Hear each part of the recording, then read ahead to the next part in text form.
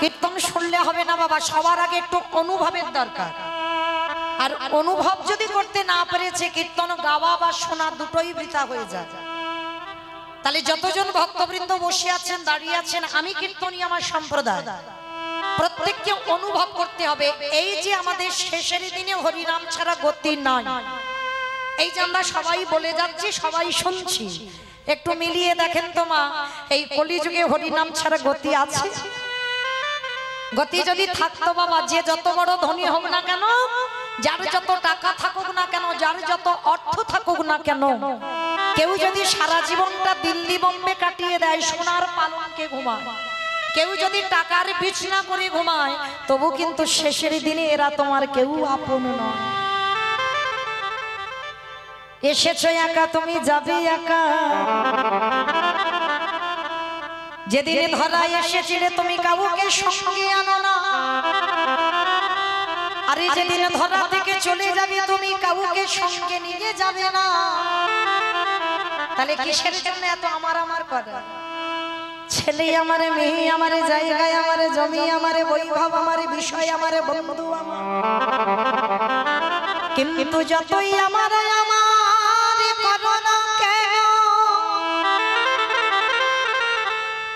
একেবারে যদি বাঁশি বেজে যায়, পড়ে থাকবে তোমার সরকারি ক্ষমা। এসেছো একা, তুমি যাবে একা। মায়েরা, শেষের দিনে কেউ যাবে তোমার? যতই বলুক না কেন, আমি তোমায় জীবন দিয়ে ভালোবাসি, আমি তোমার প্রাণ দিয়ে ভালোবাসি, আমি তোমার ছাড়া থাকতে পারি না। যত বলুক না কেন, এত এত ভালোবাসি। যেমন এসেছো একা, তেমন যাবে একা। এসেছো হাতে করে কিছু আনোনি, আর যেদিন চলে যাবে সেদিনও তুমি কিছু নিয়ে যাবে না। তবে সাথ দেবে কি? তোমার কর্মফল। তুমি যেমন কর্ম করবে তোমার তেমন সাজা পেতেই হবে। এই যে আমরা মানুষরা না বাবা, ভুলভাল সিদ্ধান্ত নিই, অনেকে দোষ চাপাই, অমুকের জন্য আমার জীবনটা বরবাদ হয়ে গেল, অমুকের জন্য আমার জীবনে এত কষ্ট, অমুকের জন্য জীবনে আমার এত দুঃখ। সব ভুল, কোনোটাই ঠিক নয়। মনে রেখো, তোমার সুখ দুঃখ তোমার উপরে, কারণ তোমার কর্মই তোমাকে নিয়ে যাবে সুখের পথে, তোমার কর্মই নিয়ে যাবে তোমার দুঃখের পথে। কতদিন তুমি হরিবাসরে বসেছো, কতদিন তুমি ভাগবত আসরে গেছো, কতদিন একাদশী করেছো, কতদিন গোবিন্দ চরণে নয়ন জলে তুলসী দিয়েছো। এই ভালো ভালো কর্মগুলো তোমার সাথ দেবে। তবে মায়েরা, আর একটি গ্যারান্টি আমি দিতে পারি, আর একজন তোমার সাথ দেবে। সে কে জানো? ওই গ্যারান্টিটা আমি দিচ্ছি। আমার এলাকায় নিয়ম আছে বাবা, সে যত বড় লোক হোক আর যত গরিব হোক, যার বাড়িতে আছে তো খুব ভালো, আর যার বাড়িতে নাই, দুটো জিনিস ভাড়া করতে হবে, একটা হলো খোল আর একটা হলো করতা। আর যখন মরা দেহটা কাঁধে নিয়ে যায় কি বলে? বলো হরি বলো হরি। কি মাইরা বলে তো? আপনাদের এই এলাকায় বলে তো, মানুষ মরে গেলে বলো হরি হরি বল। কেন বলবো? এই জায়গাটা একটু ভালো করে অনুভব করে দেখেন বাবা। ঠাকুর বিসর্জন করতে যাচ্ছি, বড় বড় ডিজে বক্স বাজছে, বাজছে না? শুধু বাবা ভ্যানে করে এখন যাচ্ছে না, লরিতে করে বাবা বক্স বেঁধে ডিজে বাজাতে বাজাতে যাচ্ছে। কি যাচ্ছে তো? তাহলে যেদিন আমাদের দেহটা বিসর্জন হবে, সেদিন কি একটা ডিজে বক্স বাজাতে বাজাতে গেলে হতো? নিশ্চয়ই হতো। তাহলে হচ্ছে না কেন? এই জায়গায় চৈতন্য মহাপ্রভু শিক্ষা দিলেন, ওরে কলির জ্ঞানন্ধ জীব, পিছনের দিকে তাকিয়ে দেখ, যেমন এসেছিস একা যাচ্ছিস একা, আর সাধ দিচ্ছে কে? এই হরি নামে যাবে, কেউ সাথে যাচ্ছে না। আমার পচা দেখা দেহ যা,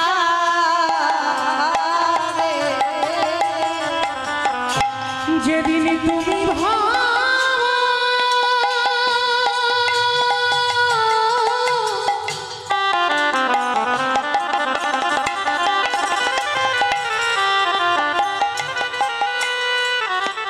যেদিন তুমি ভাবো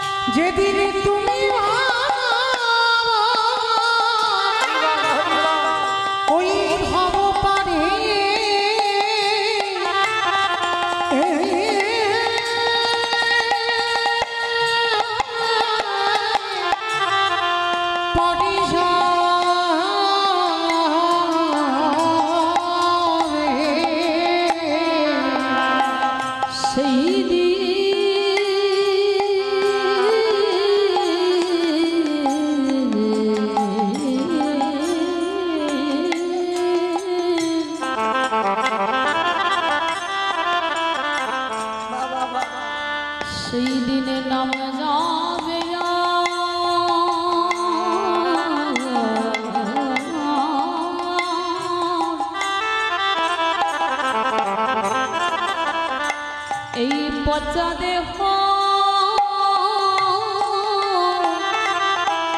ও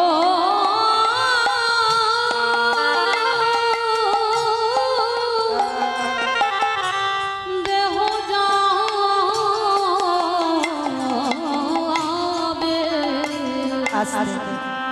তাহলে মায়েরা ভালো যদি বাঁচতে হয় পৃথিবীতে অন্য কাউকে নয় গো, ভালো যদি বাঁচতে হয় আমার গোবিন্দ চরণ ভালোবাসো।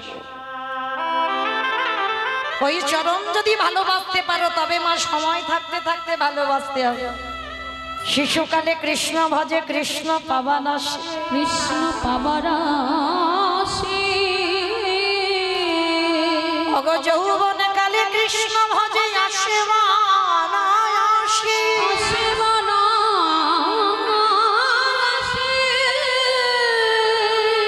আজ বৃদ্ধ কালে কৃষ্ণ ভজে জমেরা তারাসে। তাহলে মহাজনেরা কি বলছেন? সময় থাকতে ভজন করতে হবে, সকাল সকাল ভজন করো। যেমন মায়েরা কুড়ি ফুলে কিন্তু সেবা হয় না। সেবা কি হয়? কুড়ি ফুলে তুমি সেবা দিতে পারবে? পারবে না। আবার বাসি ফুল ঝড়া ফুলেও তুমি সেবা দিতে পারবে না, সে ফুল গোবিন্দ সেবায় লাগে না। সেবা দিতে গেলে কোন ফুল লাগে? আজকের ফোঁটা ফুল, সত্য পুষ্পটিত ফোঁটা ফুল। তার মানে দেহতত্ত্বের দিকে একবার তাকিয়ে দেখে। কুড়ি ফুল হলো আমাদের বাল্যকাল। এই বাল্যকালে ভজন হয়, হরি বল। বাল্যকালে ভজন হবে, ভগবানের সেবা দেবে, কিন্তু সে সেবায় মা তৃপ্তি পাবে না, শান্তি পাবে না, কারণ তুমি তো কিছু বুঝছো না। মানে ভালোবাসায় তৃপ্তি হচ্ছে না। আর বাসি ফুল মানে, ঝরা ফুল মানে বার্ধক্য দশা। চুলগুলো পাক ধরছে, একটা দুটো কুকুর, দন্ত পড়ে যাচ্ছে, শরীরে চামড়া আলগা হয়ে যাচ্ছে। আমরা সারাদিন একবারও কৃষ্ণ ভজন করতে পারি। মহাজনেরা বলছেন ওই বার্ধক্য দশায় সেবা হয় না। কি গো মাইরা, পারবেন? এই যে আমরা হিন্দু ধর্মের আমাদের কত উপবাস, বয়স হয়ে গেলে আমরা পারবো? বহু ভক্তরা বাবা জন্মাষ্টমী উৎসব পালন করি আমরা, কিন্তু এই যে আজকের ব্রত কখন পালন করে? জন্মাষ্টমী উৎসব বহু ভক্ত আমরা পালন করি, কিন্তু আজকে রাধা অষ্টমী কতজন করেছেন? একবার হাতটা তোলেন তো দেখি। কেন এই কটা হাত উঠলো কেন? কি গো, রাধা কৃষ্ণ এরা অন্য কেউ নয়, এ তো আমার গোবিন্দের আল্লাদিনী শক্তি। শুধু জগতে জীবকে প্রেম শেখাবার জন্য দুজনে দুটো অঙ্গ ধারণ করেছে। কেন? একা একা প্রেম হয় না, এক সুখ না। কারণ দেখবেন মা, যখন আপনারা সাজগোজ করবেন, কোন কোন সময় দেখবেন আয়নার কাছে দাঁড়াবেন, নিজেকে নিজে ভালো লাগে, মানে নিজের প্রেমে নিজে পড়ে, মানে এতটাই সুন্দর সাজ হয়েছে। মানে নিজে আয়নায় দেখেছিলাম আমার গোবিন্দ একদিন, আর দর্শন করে মনে মনে ভাবলো আমি এত সুন্দর, কিন্তু একা একা কি বাবা আনন্দ উপভোগ করা যায়? যায়। তাহলে একটা নারী প্রেম, যার জন্য ভগবান নিজের অঙ্গ থেকে নিজের আল্লাদিনী শক্তি, আল্লাদিনী মানে আনন্দ শক্তি, নিজে আনন্দ উপভোগ করবে বলে আমার রাধারানীকে সৃষ্টি করেছে। রাধারানী কারোর গর্ভে আসেনি, রাধারানী গোবিন্দের আল্লাদিনী শক্তি। এই রাধা কৃষ্ণ কোনো ভেদ নয়।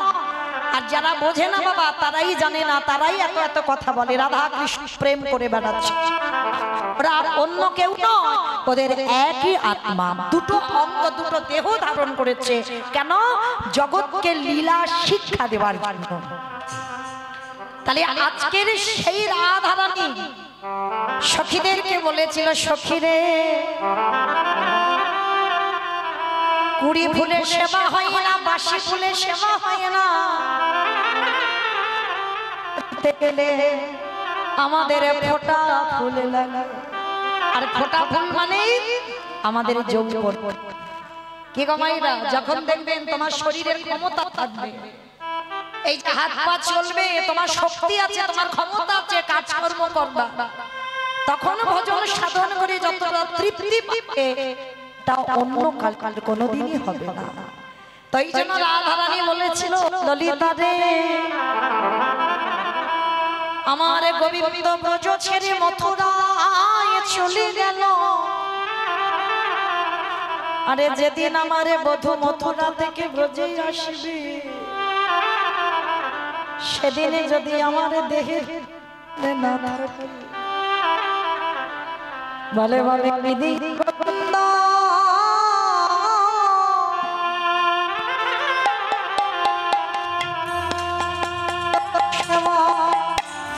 দেব। আমার যৌবনে যদি একটু আগে আগে আসে, পিছনে সামনে অনেকটা জায়গা আছে, একটু আগে আগে আসে, একটু নেবে। আমার যৌবন যদি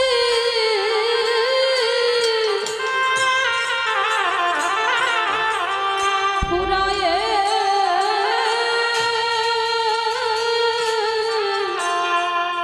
গেল,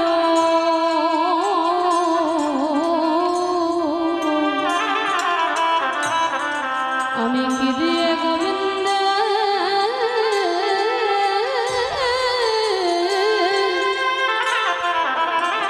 বলে বলে সেবা করিব। ওরে ললিতা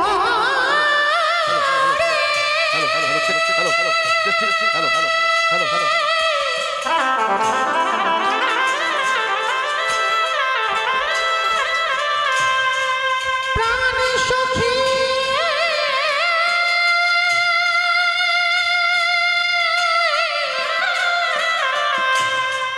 সখী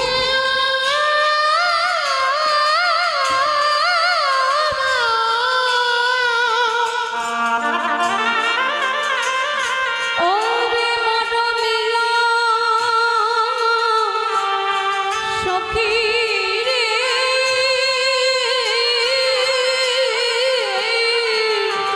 আমারে বধূ যেদিন এই ব্রজে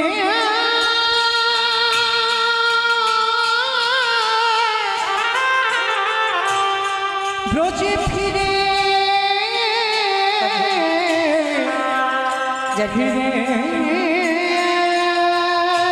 আসিবে,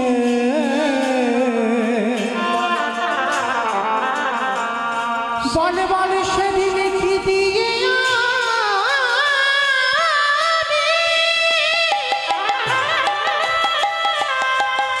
কি দিয়ে আমারে বধূ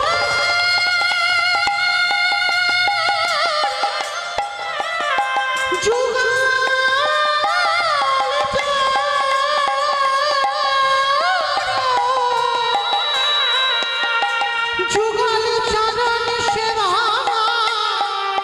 করি।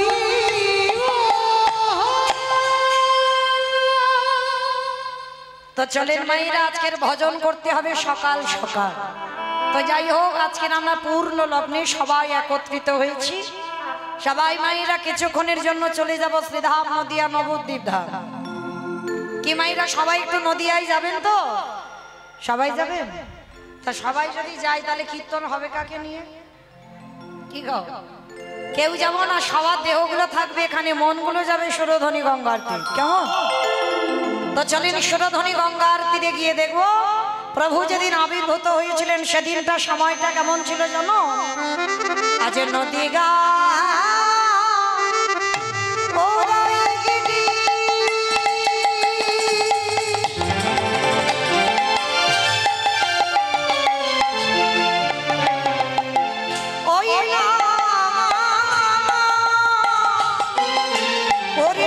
চন্দ্র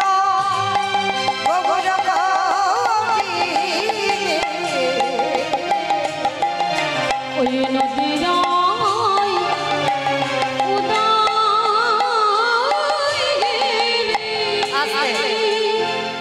আমাইরা কীর্তন শুনতে গেলে ভগবানের জন্য একটু কাজকর্ম করতে হয়। আপনারা জানেন তো কাজকর্মগুলো কি কি? হ্যাঁ, বসে বসে ঘুমোতে হয়। সন্ধ্যাবেলাকে ঘুমায়? ঘুমাতে নেই। কীর্তন শুনতে গেলে তিনটে বস্তু দরকার, শঙ্খধ্বনি, উলুধ্বনি, আর যাদের যাদের হাতগুলো এসেছে। যাদের আসেনি বলবো না, যাদের হাত আছে। কি মায়েরা সবার হাত আছে তো? কই একবার দেখান তো দেখি। নিতাই গৌর প্রেমানন্দে। হরি বল হরি বল। বাহ, তা যাদের যাদের হাত আছে একটু উলুধ্বনি বা সন্ধ্যাবেলা। আজ নদী গা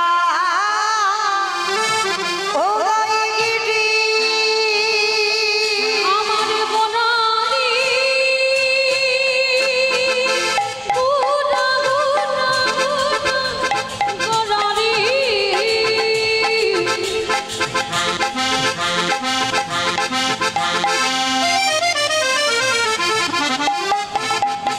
গোরা গোরা গোরা গোরারি গুনা গোরারি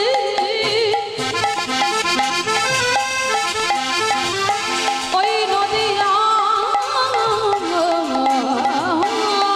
চাঁদ গোরা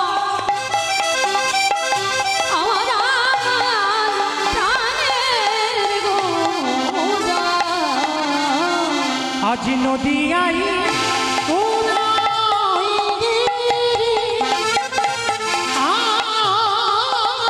পূর্ণ চন্দ্র গৌরে হরি কৃপা করি হইল আজ কৃপা করে হইল আজ কৃপা করে হইল উদার। আজ সোনার নদিয়া প্রভু উদয় কাল। সোনার নদী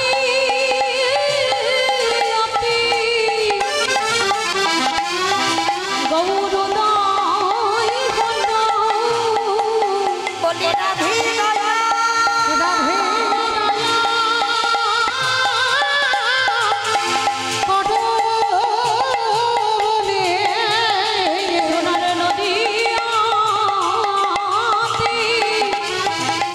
গৌরদাই ওই না কলির জীব উদ্ধার ওই নদীতে উদয় হলো নদীতে উদয় রাধে রাধে দয়া করো বলে নদীতে উদয় হলো রাধে দয়া করো বলে নদীতে উদয় হলো নদীতে উদয় হলো কৃপা করে হইল উদয়। মাইরা এইবার একটু আমি বলবো, মন প্রাণ দিয়ে আস্বাদন করবে নিস্তব্ধ হয়ে, কেমন? কোনো কথা নয়, কোনো গন্ডগোল নয়। কলিকালে যিনি সত্যতে নারায়ণ, ত্রেতাতে রাম, দাপরে কৃষ্ণ, কলিতে হলো গৌরাঙ্গ। চারটে যুগে ভগবান চার ভাবে অবতীর্ণ হয়েছে। কিন্তু যেই নারায়ণ, যেই রামচন্দ্র, যেই কৃষ্ণ, সেই তো গৌর। তাহলে আজকের কলিযুগে যে কৃষ্ণ গৌর হয়ে এলো, সাধারণ কোনো ভক্তের ডাকে আসেনি, এসেছিল কার ডাকেই? না, শান্তিপুরের মাটিতে বুড়ো অদ্বৈত আচার্য গোসাই। আমাইরা এই অদ্বৈত আচার্য গোসাইকে জানো? তোমাদের গ্রামে জানো কেউ ভেবো না। যাদের বাড়ি পঞ্চতত্ত্ব ছবি আছে, বাবা শ্রীকৃষ্ণ চৈতন্য, প্রভু নিত্যানন্দ, শ্রী অদ্বৈত গদাধর, শ্রীবাস আদি গৌর ভক্তবৃন্দ। এই যে বাবা 5 জনের ছবি আছে, মাঝখানে জেনে নিমাই, আমরা সবাই জানি। আর ওই নিমাইয়ের ডান দিকে দেখবেন একটা বয়স্ক লোক দাঁড়িয়েছে, একেবারে মুখে চুল গোপ, দাড়ি পেকে সব সাদা। ইনি হলেন বুড়ো অদ্বৈত আচার্য গোসাই। আমার চৈতন্য মহাপ্রভুর থেকে 52 বছরের বড়, 1-2 দিনের বড় নয়। আর যার আকুল আহ মানে 12 বছর তুলসী ভাসিয়ে কৃষ্ণকে গৌর করে এনেছে। তাহলে এইবার আমাদের জানার বিষয়, পৃথিবীতে ভক্তের অভাব নাই মা। লাখ লাখ ভক্ত আছে, হাজার হাজার ভক্ত আছে, কোটি কোটি ভক্ত আছে। তাহলে এত ভক্ত থাকা সত্ত্বেও একেবারে শান্তিপুরের বুড়ো মালির ডাকে কেন এলো কৃষ্ণ গৌর হয়ে? এটাই আজকের আমাদের প্রথম জানতে হবে কিসের জন্য এলো ওই শান্তিপুরের বুড়ো মালিকটার ডাকে। তাহলে বাবা ওই বুড়ো মানুষটার শরীরে কতটা পাওয়ার ছিল, কতটা ক্ষমতা ছিল, যার জন্য কৃষ্ণকে গৌর করে আনলো। সেই সুখবিলাস পরিত্যাগ করে, রাজ সিংহাসন পরিত্যাগ করে, রাজ ঐশ্বর্য পরিত্যাগ করে কলিকালের মাটিতে গৌর হয়েছে। কারণ ওই মানুষটা সাধারণ কোনো মানুষ নয় মা, ওই মানুষটা ছিল যার একটা নাম হচ্ছে মৃত্যুঞ্জয়। আচ্ছা বলো তো বাবা, মৃত্যুঞ্জয় কোন ঠাকুরকে বলে? শিব ঠাকুরকে। বাহ, শিব ঠাকুরের নাম হচ্ছে মৃত্যুঞ্জয়। কেন মৃত্যুঞ্জয় বলা হলো? না, ওই একজনই দেবতা বাবা মৃত্যুকে জয় করেছিল।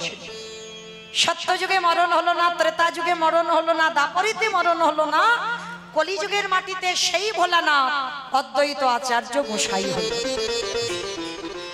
তাহলে আমাদের জানার বিষয় যে আজকের যে ভোলানাথ তিন যুগে শিব হলো, কলিকালে কেন শিব হচ্ছে না? এই কেনর কথা জানতে গেলে বাবা আমাদের সবাইকে যেতে হবে মহাভারতে যুধিষ্ঠির রাজস্বয় যজ্ঞে। এই মহাভারতে যুধিষ্ঠির মহারাজ করেছিল রাজস্বয় যজ্ঞ। মা, যারা এখানে তত্ত্ব জ্ঞানী, যারা শাস্ত্র জ্ঞানী, যারা গ্রন্থ পাঠ করেন তারা জানেন এই রাজস্বয় যজ্ঞ করতে বাবা বহু মানুষের প্রয়োজন। কারণ যজ্ঞ অনুষ্ঠান একা একার দ্বারা অসম্ভব। যেমন আমার এই কমিটি দাদা ভাইরা এই যে রাধা অষ্টমী কীর্তনটা করাচ্ছেন, একা একার দ্বারা কি হচ্ছে? আপনারা প্রশ্ন করবেন মৌমিতা কেন ব্যক্তিগত কীর্তন তো হয়, একাই অনুষ্ঠান করে? বলে শোনো ভাই, অর্থ হয়তো একজন দেয় কিন্তু শ্রম অনেককে দিতে হয়। যেমন এই অনুষ্ঠান করতে গিয়ে কত দাদা ভাই, কত ভাইদের, কত বাবাদের শ্রম দিতে হয়।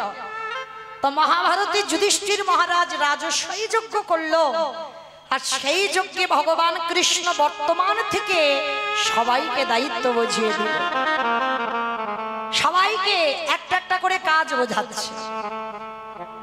আর যুধিষ্ঠির মহারাজ ডাক দিল, কৃষ্ণ কৃষ্ণ, তুমি তো সবাইকে দায়িত্ব দিচ্ছ, ও কৃষ্ণ তুমি নিজে কোনো দায়িত্ব নেবে না, নিজে কোনো কর্ম করবে না? ভগবান আমার একটু মুচকি হেসেছে, হেসে বলল, জানো যুধিষ্ঠির দাদা, আমি তো সবাইকে একটা করে কাজ দিয়েছি, আর আমি আমার জন্য আলাদা করে দুটো কর্ম ফেলে রেখেছি। সে কি, তুমি সবাইকে একটা করে কাজ দিচ্ছ আর তুমি তোমার নিজের বেলা দুটো কাজ? আচ্ছা কৃষ্ণ, তুমি কি কি কাজগুলো করবে একবার বলো তো দেখি। বলে, জানো দাদা, আমার প্রথম কর্ম হবে এই যজ্ঞে যত যত ভক্তরা আসবে, আমি কৃষ্ণ দয়াময় হয়ে সবার প্রথমে আমি নিজের হাতে তাদের চরণ যুগলাগে ধৌত করে চমকে উঠেছে। অসম্ভব কৃষ্ণ, এটা তুই কি বলছিস? কে কোন জাতের মানুষ আসবে জাতের ঠিক নেই, আর তুই সবার পা ধোবাবি? বলে, হ্যাঁ দাদা, এটা হবে আমার প্রথম কাজ। একটা কথা মনে রেখো মা, মানুষ জাতের বিচার করে কিন্তু আমার ভগবান জাতের বিচার করে না। কে হিন্দু, কে মুসলমান, পশু পাখি, কীট পতঙ্গ, দানব মানব, সবাইকে আমার ভগবান প্রেম দিয়েছে। আর প্রেম যদি না দিত, নবদ্বীপের মাটিতে মলয় চাঁদ কাজীকে উদ্ধার করতো না। যে জায়গাটা কাজী সাহেবের সম্পত্তি, সেটা এখন হয়ে গেছে বাবা মায়াপুর। ওটা ছিল মিয়াপুর, মানে মুসলমানের নাম অনুসারে মিয়াপুর ছিল, সেটা আমরা হিন্দুরা করে দিলাম বাবা মায়াপুর। তাহলে সেই কাজী সাহেবকে উদ্ধার করেছে। আপনারা যারা যাবেন মায়াপুর দেখবেন, ওই মায়াপুরের আগের স্টপেজে পড়ে না বামন পুকুর, ওই বামন পুকুরে আছে আজও সেই কাজী সাহেবের সমাধি। ওই মুসলমান, বিধর্মী মুসলমান কাজী কি করেছিল? হিন্দুদের হরিনামে বাধা দিত। যেখানে যেখানে হরিনাম হবে, যেখানে যেখানে কৃষ্ণ নাম হবে, খোল করতাল গিয়ে ভেঙে গুড়িয়ে দিত। করতালগুলো নিয়ে সুরধ্বনি গঙ্গায় ভাসিয়ে দিত, খোলগুলো লাঠি দিয়ে ভেঙে দিত। সবাই কি আমার নিমাইয়ের কাছে নালিশ জানালো। আর আমার ভগবান তো কোনোদিন রেগে যায় না। সবাইকে বোঝালো তোমরা শান্ত হও, আমি দেখছি কি করা যায়। পরের দিন কাজী সাহেব ঘুমিয়ে আছে বাবা। আর ভগবান কি করেছিল জানো? দেহটা মানুষ আর মুখটা পশু। বলো তো কোন ঠাকুর? দেহটা মানুষ আর মুখটা পশু। গণেশ ঠাকুর। বলে গণেশ ঠাকুর। মন্দ বলেনি, মানে ভেবেই বলেছে। কিন্তু আমি যেটা বলছি বাবা, এটা নৃসিংহদেব। দেহটা মানুষ আর মুখটা পশুর মতো। তো এসে কাজী সাহেবের গলাটা টেপে ধরে বলে উঠলেন, শোনো কাজী, তুমি যখন ওই হিন্দুদের হরি নামে বাধা দিয়েছ, হিন্দুদের কৃষ্ণ নামে যখন বাধা দিয়েছ, আজকে থেকে আমি তোমাকে সময় দিলাম 1 মাস। 1 মাসের মধ্যে আমি নিজের হাতে তোমার এই রকম দিনে তোমার প্রাণ নিতে আসবো। আর যখনই স্বপ্নটা দেখেছে বাবা, ভোরের বেলা কাজী সাহেব উঠে ছুটেছে নিমাইয়ের কাছে। আছাড় খেয়ে বলল নিমাইয়ের চরণে, নিমাই, আমি বড় ভুল করেছি বাবা, আমি বড় অপরাধ করেছি, আমায় ক্ষমা করে দে। যেই না চরণে লুটিয়ে ভগবান তো মুসলমান বলে পা দিয়ে ঠেলে দেয়। কোলে করে হৃদয়ে জড়িয়ে ধরেছে কাজী। যে আমারে চাই তারই আমি চাই, আর যে আমারে না চাই তারই আমি না চাই। আমার জন্য কেউ যদি এতটুকু ভাবে, আমি তার জন্য বিশাল কিছু পারি। যদি একটু জলে ডুব দেয়, আমি ভগবান তার জন্য সম্পূর্ণ জলে ডুবে বসে থাকি। তবে আমার চরণে আত্মসমর্পণটা করতে হবে। আর কাজী সাহেব সমর্পণ করলো বলে বিধর্মী মুসলমানেরা কি করেছিল জানো? কাজী সাহেবকে এক ঘরে করে দিয়েছিল। বলেছিল কাজী সাহেব যখন হিন্দুদের হরিনামে যোগ দিল, তাহলে ওই কাজীকে, ওই কাজীর মৃত্যুর সময় আমরা কেউ ওর মুখে জল দিতে যাব না। আর কাজী যখন মরে যাবে, কাজীর দেহটা নিয়ে কেউ আমরা কবরস্থানে নিয়ে যাব না। ছুটে গেল আমার নিমাইয়ের চরণে, নিমাই, তোর হরিনাম ভালোবাসলাম বলে আমার মুসলমান সমাজ ক্ষিপ্ত হয়ে উঠলো, আমাকে এক ঘরে করে দিয়েছে। আমার মৃত্যুর সময় নাকি তারা জলও পর্যন্ত দেবে না। আমার প্রভু হেসে বলেছিল, দরকার নেই কারণ, এই পৃথিবীতে যার কেহ নাই,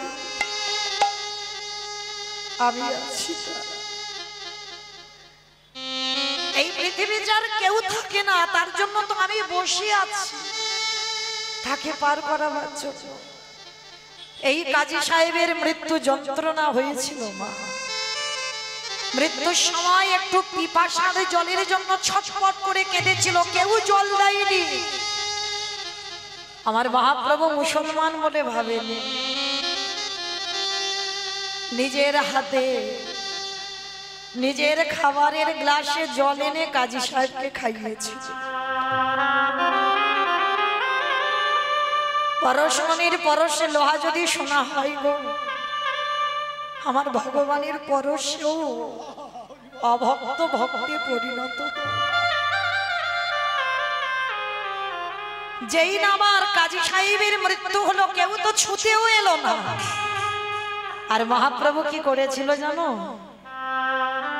নিজের হাতে কাজীকে বুকে করে জড়িয়ে ধরে, মুসলমান বলে ঘৃণা করিনি,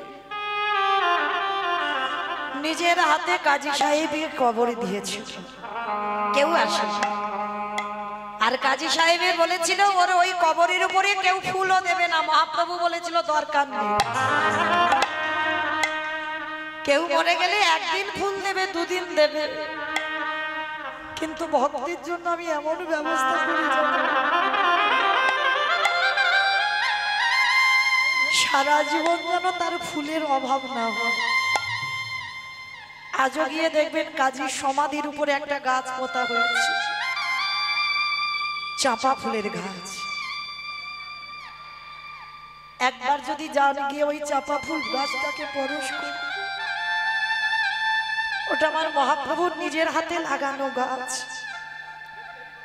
মানুষ কবরের উপরে একটা দুটো ফুল দেবে, আর ওই চাঁপা ফুল থেকে, চাঁপা ফুলের গাছ থেকে শত শত ফুল ওই কাজী সাহেবের কবরের উপরে পড়ে। তাহলে ভগবান কি কোনোদিন জাত বিচার করে? মানুষ করে।